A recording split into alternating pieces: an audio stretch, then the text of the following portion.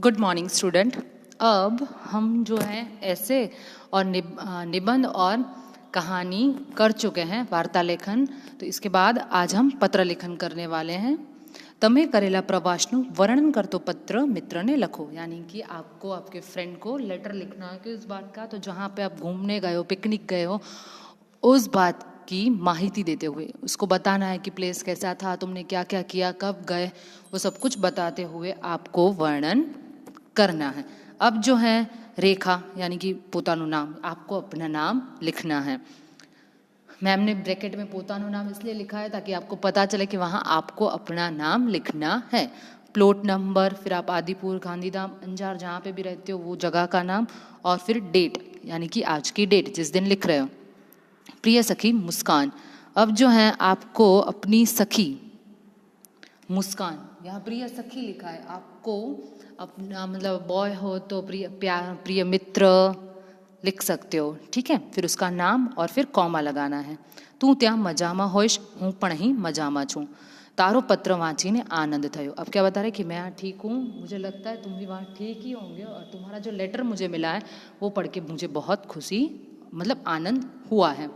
હવે તું પણ ખુશ થઈ જાય એવા પ્રવાસની વાત કરું છું। અમારી શાળામાંથી સફેદ રણનો પ્રવાસ યોજાયો હતો।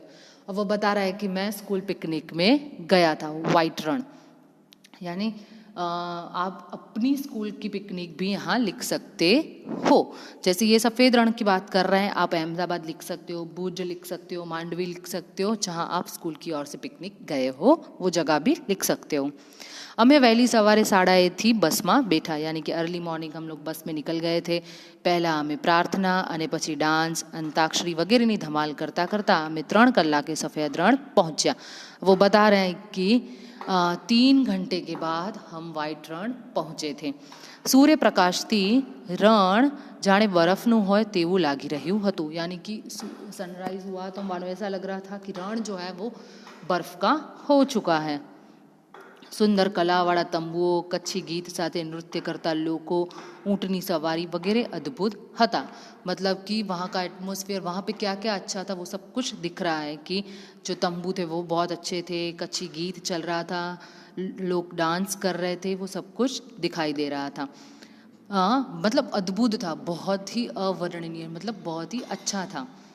कच्छी गीत सांभळ्या बाद बाजराना रोटला, ओड़ो, गोड़, माखण, कच्छी भोजन खावानी मजा पड़ी गई। वो क्या बता रहे हैं कि भाई कच्छी हमने डांस सॉन्ग वो सब तो देखा और सुना, पर उसके बाद हमने खाना भी कच्छी में ही खाया, ओड़ो यानी कि बैंगन की सब्जी। ત્યારબાદ दूर सुधी चालता गया, मतलब फिर हम काफ़ी दूर दूर तक पैदल चले।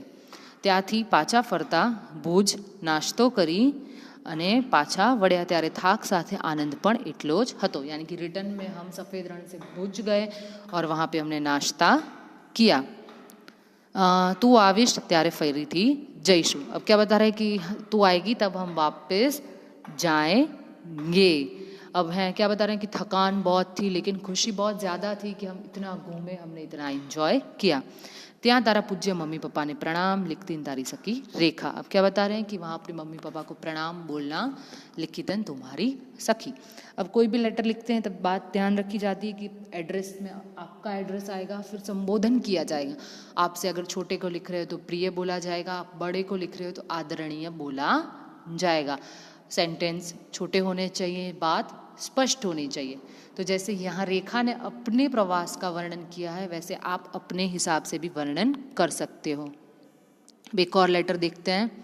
नाना भाई ने पुस्तकोनी जाणवणीनी शिखामण आपतो पत्र, यानी कि जो अपना छोटा भाई है उसको आपको अपनी हॉस्टल से पत्र लिखना है। आप एज अ बड़े भाई हॉस्टल हो और घर पे जो छोटा भाई या भाई है उसे आपको पत्र लिखना है। किस बात के लिए? तो कि बुक्स की ध्यान रखना इस बात के लिए।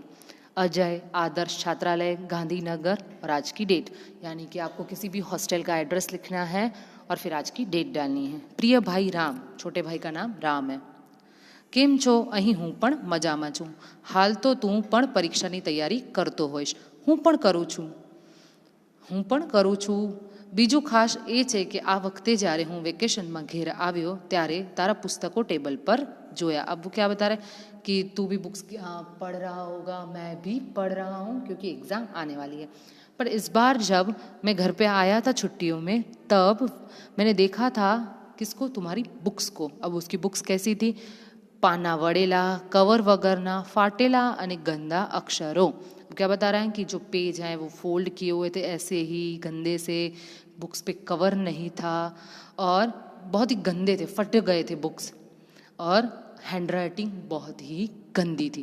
આ જોઈને મને ખૂબ દુઃખ થયું। આવું બીજી વખત જોવું ન પડે તેનું ધ્યાન રાખજે। अब क्या बता रहे हैं कि ऐसा दूसरी बार नहीं हो, वो ध्यान तुम्हें रखना है। પુસ્તકો જ્ઞાનનો ભંડાર છે, તેને યોગ્ય રીતે સાચવવા જોઈએ। પુસ્તકો કવર કરેલા, નામ, ધોરણ લખેલા, योग्य रीते गोठवेला हुआ જોઈએ। आपको बता रहा है कि बुक्स कैसे होने चाहिए, तो बता बुक्स जो है वो बहुत ही सुंदर रूप से होने चाहिए। उसके ऊपर पर अपना नाम, क्लास, डिवीज़न लिखा हुआ होना चाहिए। उसको कवर लगा के रखना चाहिए। फिर जहाँ हम उसको रख रहे हैं सही ढंग से उसको रखना चाहिए। ગોઠવેલા मतलब વ્યવસ્થિત રાખેલા હોવા જોઈએ। પુસ્તકોનું ધ્યાન રાખીએ તો જ આપણે સાચા છાત્ર, यानी कि अगर बुक्स की ध्यान रखेंगे तो ही हम सच्चे स्टूडेंट कहलाएंगे। छात्र, विद्यार्थी, कुछ भी आप लिख सकते हो, कहवाइए। आशा छे હવે તું એમ કરીશ, मतलब उम्मीद है कि अब तुम बुक्स की ध्यान रखोगे।